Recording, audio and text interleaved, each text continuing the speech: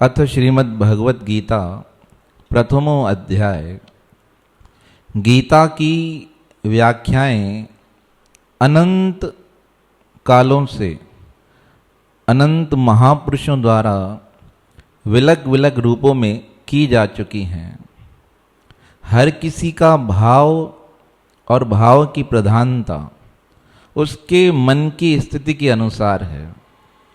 पर हमारे पूज्य गुरुदेव सद्गुरु स्वामी सर्वानंद महाराज जी कहते थे, गीता का जो सृजन हुआ उसका मुख्य कारण था अर्जुन का मोह। यह मोह को नष्ट करने वाली है। गोस्वामी तुलसीदास महाराज जी ने चौपाई में लिखा, मोह सकल व्याधिन कर मूला। दुनिया की सबसे बड़ी बीमारी है मोह हो जाना। फिर किसी के प्रति भी हो सकता है, वस्तु के प्रति, स्थान के प्रति, व्यक्ति के प्रति, यहाँ तक एक इंद्रिय का किसी क्षणिक सुख के प्रति भी मोह हो जाता है। मोह का विस्तार अनंत है और जहाँ तक मोह है वहाँ तक दुख रूप है। संसार सारा जहाँ तक देखोगे ना, जहाँ तक अपनापन है वहाँ तक मोह का विस्तार है। तो उस मोह को नष्ट करने के लिए गीता का प्रादुर्भाव हुआ। अब यह गीता निकली कहाँ से? महाभारत से। महाभारत में भीष्म पर्व आता है। भीष्म पर्व के अंतर्गत गीता के यह श्लोक मिलते हैं। और किसने प्राकट्य किया? गीता को कहा भगवान श्री कृष्ण ने। और उसे सुनने वाले कितने थे? आप सबने सुन रखा है ना? कितने लोगों ने सुना? किस किस ने सुना गीता को? एक अर्जुन जी ने, दूसरा संजय ने, तीसरा नहीं हनुमान जी ने। हनुमान जी को युद्ध में बुलाया भगवान श्री कृष्ण ने, कहा लड़ाई प्रारंभ होने वाली है, अर्जुन जाओ मना कर आओ। अब अर्जुन गए मनाने, वचन दे रखा था हनुमान जी ने पहले। महाभारत पढ़ेंगे ना तो आपको पता चलेगा। अब हनुमान जी ने कहा भाई हमारी तो आदत है, हमारे कान में क्या चलना चाहिए? यहाँ तो कोई कथा चले, यहाँ भगवान का मंत्र चले, उसके बिना तो हम बैठ ही नहीं पाते हैं। तब भगवान भी साथ थे। भगवान ने कहा चिंता मत कीजिए, हम आपको ऐसा ज्ञान सुनाएंगे जिसको सुनकर आपका तो मन आनंदित होगा पर जीवों का कल्याण हो जाएगा। अर्जुन देख रहा था कि यह भक्त भगवान की वार्ता चल रही है, अब वहाँ चलेगा क्या? युद्ध। और भगवान क्या वचन दे रहे हैं कि मैं तुमको क्या सुनाऊंगा? ज्ञान सुनाऊंगा। देखो भगवान की वाणी कभी मिथ्या नहीं जाती। भगवान ने जो कह दिया वो अटल सत्य है, क्योंकि भगवान को पता है क्या होने वाला है। भगवान को तो सब पता था ना कि अर्जुन मोहग्रस्त हो जाएगा, इसके हाथ शिथिल हो जाएंगे, हिल नहीं पाएगा, जा नहीं पाएगा। अब हनुमान जी तो प्रसन्न हो गए, कहा प्रभु जी आपने आज्ञा कर दी, आप वचन सुनाएंगे तो हम लड़ाई में अवश्य आएंगे। अब तीन जने सुनने वाले, संजय जी, अर्जुन जी और हनुमान जी, जिन्होंने उस समय गीता को सुना। अब लिखने वाले कौन? गीता को लिखा किसने? महर्षि वेदव्यास जी ने। ठीक है, लिखने वाले व्यास जी और सुनाने वाले श्री कृष्ण जी। उस समय सुनने वाले कौन थे? तीन लोग आपको बताए, महापुरुष। और इस गीता को इस कलयुग में प्रकट करने वाले कौन थे पता है? आदि श्री शंकराचार्य महाराज। उन्होंने महाभारत से इसे प्रकट कर दिया जीवों के कल्याण के लिए। 700 श्लोकों का संग्रह किया और सर्वप्रथम उन्होंने टीका की। अब बहुत लोगों के मन में होता है कि गीता और भागवत समान है, पर ऐसा नहीं। श्रीमद् भगवत गीता क्या करती है? मुक्ति देती है, और श्रीमद् भागवत महापुराण भक्ति देता है। जब तक भक्ति नहीं तब तक मुक्ति नहीं। तो गीता को समझने से पहले भगवान श्री कृष्ण क्या हैं, क्या क्या उन्होंने किया, जब यह विश्वास हो जाता है तब उनके वचनों पर भी विश्वास होने लगता है। हम साधारणतः किसी को कहें कि तुम यह काम प्रारंभ करो और हो जाएगा, लोग यकीन नहीं करेंगे। पर पहले कोई चमत्कार दिखा चुके हों तो लोगों का यकीन हो जाएगा। तो भागवत महापुराण भगवान में विश्वास जागृत कराता है, और गीता उस विश्वास को पक्का करा देती है। तो गीता का प्रादुर्भाव हुआ भागवत जो भगवान श्री कृष्ण हैं उनके मुखारविंद से। अब 10 दिन का युद्ध हो चुका था।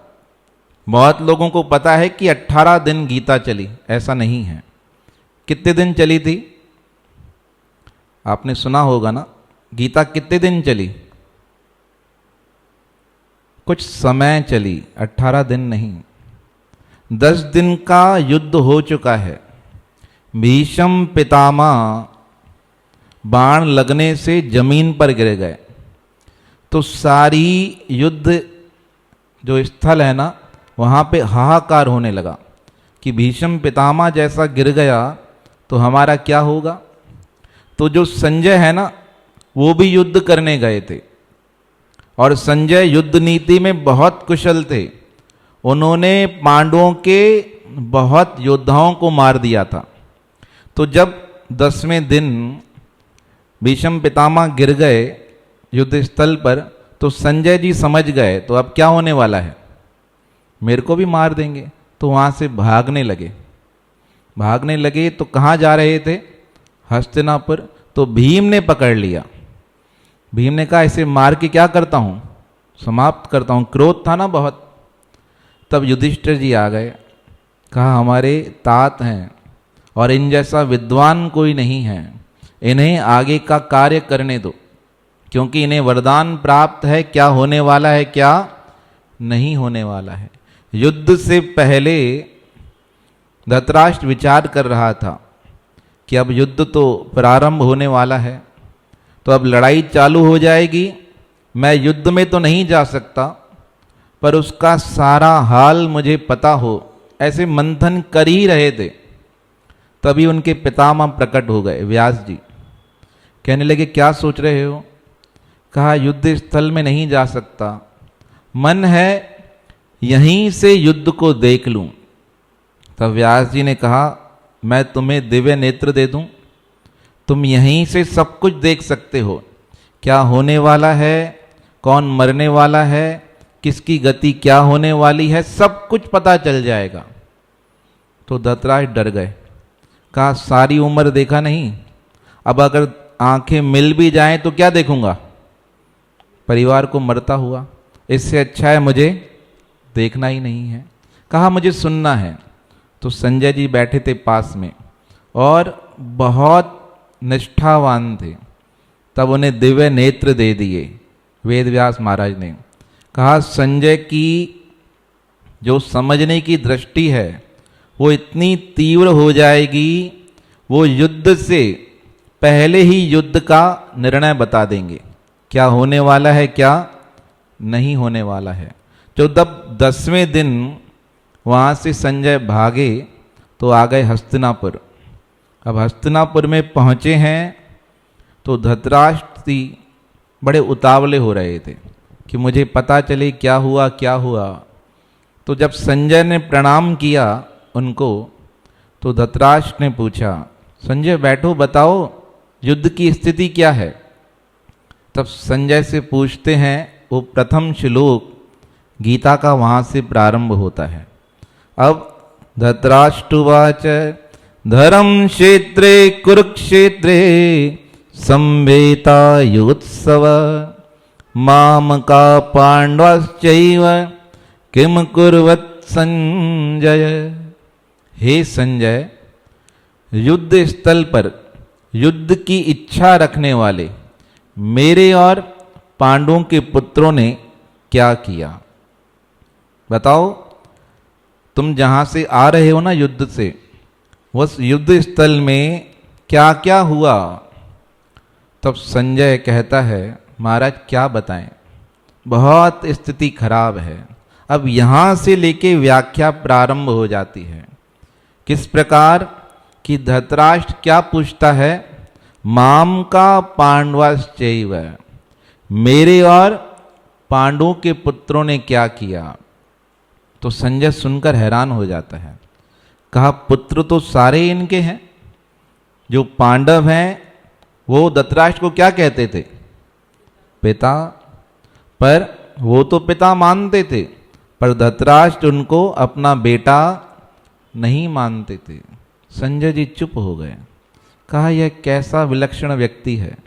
लड़ाई हो चुकी है, उसके बाद भी इसके मन का कपट जा नहीं रहा है। और क्या पूछता है? धर्म क्षेत्रे कुरुक्षेत्रे, जहां लड़ाई चल रही है ना, लोग मरते जा रहे हैं, पूछता है उस धर्म युद्ध में क्या हुआ? कहा, इसे इतनी भी समझ नहीं है। आंखों से तो अंधा है और बुद्धि से भी क्या है? अंधा। जब इसे पता है धर्म युद्ध है, तो धर्म युद्ध में क्या होता है? कौन जीतता है? धर्म जीता है। राम रावण का युद्ध हुआ तो कौन जीता? धर्म जीता।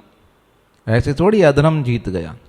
समझ गए कि इसने जो सवाल पूछा है, यह सुनना चाहता है कि मेरा जो बेटा है वो क्या कर रहा है, क्या करना चाहता है।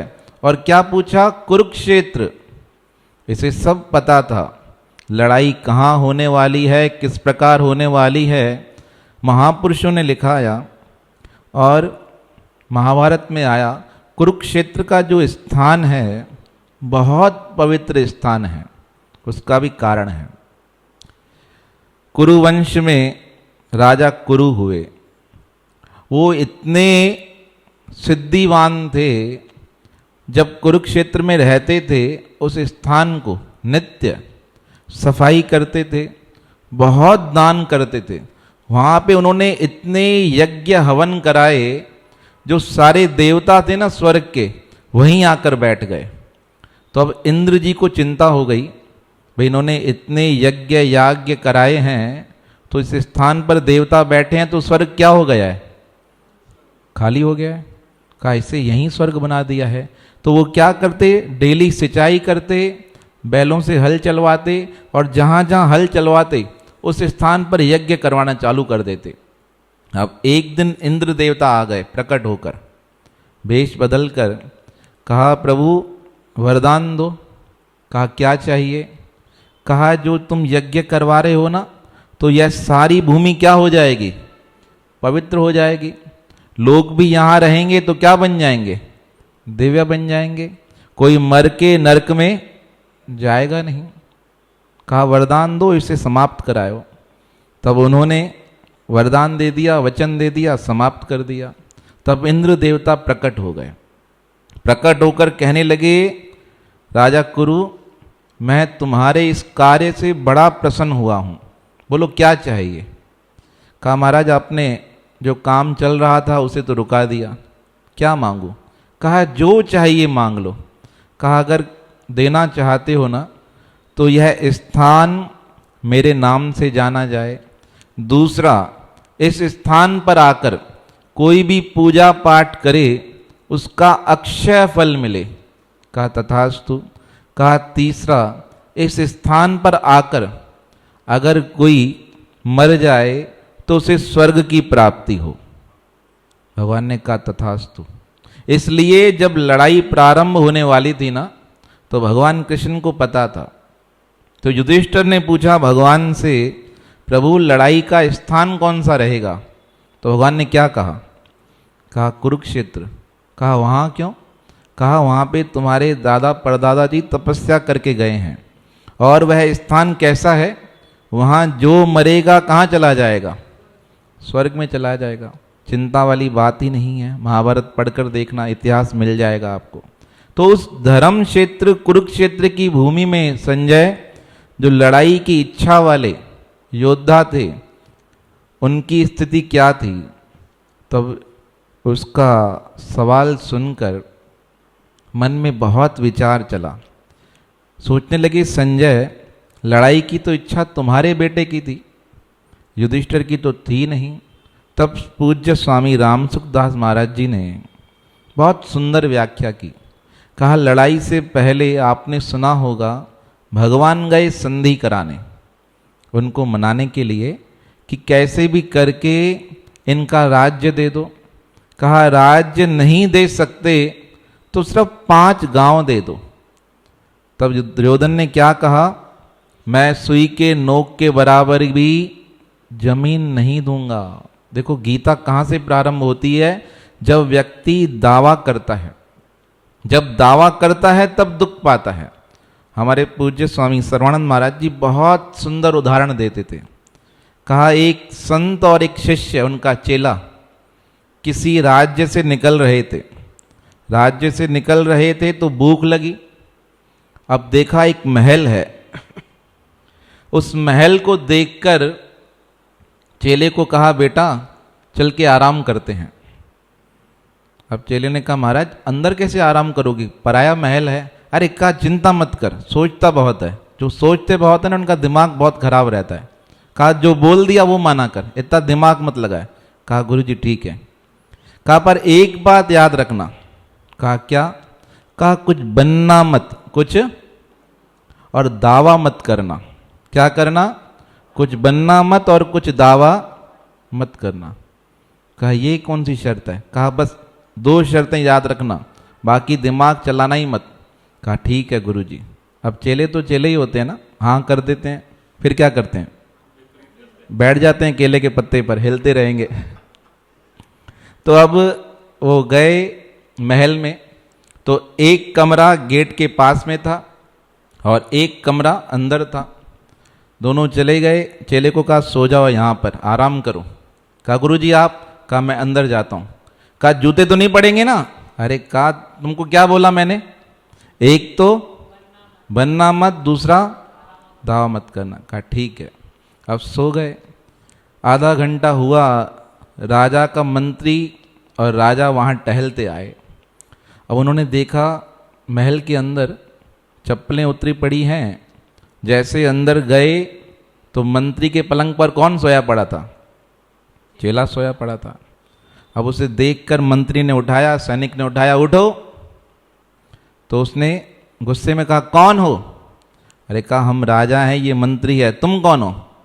तो उसने कहा, मैं संत हूं। क्या हूं? अब ऐसे जो बोला तो गुरुजी का एक वचन क्या हो गया? मिथ्या। गुरुजी ने क्या कहा था? कुछ बनना मत। कहा, बन गए। कहा, ठीक है, संत है तो उठ के जाओ, यहाँ सोए पड़े हो। कुछ सम्मान से कहा। कहा, क्यों जाऊं? क्या बोला? कहा, भाई हमारा राज्य, हमारा महल, और पूछते हो क्यों जाऊं? कहा, फिर दावा ठोक दिया। अब दावा जो ठोका तो मंत्री को क्या आ गया? गुस्सा। लठ उठाई और लगाना चालू किया, भगाया। रोते रोते चेला बाहर आ गया। और किसको गाली दे रहा था? किसको? सामने नहीं देगा, पर पीछे तो चेले देंगे ही, मार जो खिलाई। अब राजा अंदर गया। अंदर गया तो देखते हैं एक और महापुरुष सोए पड़े हैं। तो मंत्री ने उठाया धक्का देकर। तो जैसे उठे मौन हो गए। कहा, कौन हो? कुछ बोले नहीं। कहाँ से आए हो? क्यों आए हो? कुछ भी जवाब नहीं। जब इस प्रकार मौन रहे तो राजा चरणों में बैठ गया। कहा, मंत्री ये सिद्ध महापुरुष हैं, इनको कुछ मत कहे। एक काम करो, इनके लिए शरबत बना कर आओ। अब शरबत पिलाया। राजा ने पूछा, और पिएंगे? शांत रहे, कुछ नहीं बोला। दूसरा लेकर आए, दूसरा पिलाया। कहा, प्रभु यहाँ आराम करो। बोले नहीं। राजा बैठ गया तो उस स्थान से उठकर बाहर आ गए। राजा भी पीछे चलने लगा। तब उसको प्रणाम किया और प्रणाम कर बाहर आए तो एक पेड़ के नीचे बैठकर उनका चेला क्या कर रहा था? रो रहा था। अब गुरुजी आए प्रसन्न मन से, पूछते हैं क्या हुआ? कहा खिला दिए जूते? कहा क्यों? कहा मैंने पहले ही मना किया था, दूसरे के महल में सोना ठीक नहीं है। कहा नहीं, मैं तो शरबत पीकर आया हूं। कहा शरबत? जी कुछ ना कुछ तो राजा ने डांटा ही होगा, बोला होगा। अरे कहा सच कहते हैं शरबत पीकर आए हैं। कहा ऐसे कैसे? मुझे तो मारा उन्होंने। तब गुरुजी पास में बैठ गए।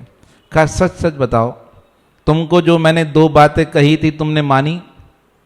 कहा कौन सी? कहा देखो भूल गए ना, मैंने तुमसे क्या कहा था? कहा गुरुजी मुझे याद नहीं कि मैंने कहा था एक तो बनना मत, दूसरा तुमने बात मानी? कहा मानी। कहा तुम सच बताओ, जब मंत्री आया तुम्हारे पास तो तुमसे क्या कहा? कहा उठो कौन हो? कहा फिर तुमने क्या कहा? कहा मैंने कहा संत हूं। कहा पहले तो गलत बात कर दी। अगर ठीक है संत बन भी गए तो लोग संतों को थोड़ी मारते हैं, सम्मान करते हैं, इज्जत करते हैं, बोल सकते हैं चले जाओ हमारा स्थान है। कुछ तो गड़बड़ की है। कहा कुछ नहीं। कहा आगे बताओ। कहा वो मंत्री मुझे उठाने लगा तो मैंने कहा मैं नहीं उठूंगा, मैं यहीं सोऊंगा। कहा कर दी ना गड़बड़। तुम्हें दूसरी बात कौन सी कही थी? दावा। अब दावा जमाओगे किसी की जमीन पर तो कोई तुम्हें छोड़ेगा? किसी स्थान पर दावा जमाओगे कोई तुम्हें माफ करेगा? कहा नहीं प्रभु जी गलती हो गई। कहा इसी के चक्कर में तुमने मार खाई है। तो स्वामी श्रवणानंद महाराज जी कहते थे दुनिया की सब दावा छोड़े निर्भय नगर बसाइए जी। बहुत सुंदर भजन गाते थे, स्वामी जी की वाणी में है। कहा दावा छोड़ दो। तो धृतराष्ट्र क्या करता था? दावा करता था कि मेरे पुत्र हैं, मेरा राज्य है, इन पे पांडवों का अधिकार नहीं हो सकता है। तो प्रथम श्लोक जो है वो दिखाता है धृतराष्ट्र की मन स्थिति, कि वो उसके मन में कितना वैर भाव है कि मेरे और पांडव दोनों को विभक्त कर दिया। अगर समान रखता ना तो लड़ाई होती ही नहीं। तो उसके बाद जब संजय जी बोलना प्रारंभ करते हैं, कहते हैं जब लड़ाई प्रारंभ होने वाली थी तब संजय कहते हैं दुर्योधन अपने गुरुजी के पास गया और क्या कहता है? संजय उवाच दृष्ट्वा तु पांडवानीकम व्यूढ़म दुर्योधनस्तदा आचार्यमुपसंगमे राजा वचनम अब्रवीत। दुर्योधन अपने आचार्य के पास चला गया उसे यह बताने के लिए कि लड़ाई प्रारंभ होने वाली है। तो अब यह जो प्रसंग है आप यहाँ तक सुन के आए, उसके की आगे की व्याख्या, उसके आगे का वर्णन क्या क्या हुआ, दुर्योधन ने किस प्रकार अपने गुरुजी से बात की, फिर जब समय मिलेगा फिर अवसर आएगा पुनः प्रारंभ करेंगे। बोल श्री कृष्ण चंद्र भगवान की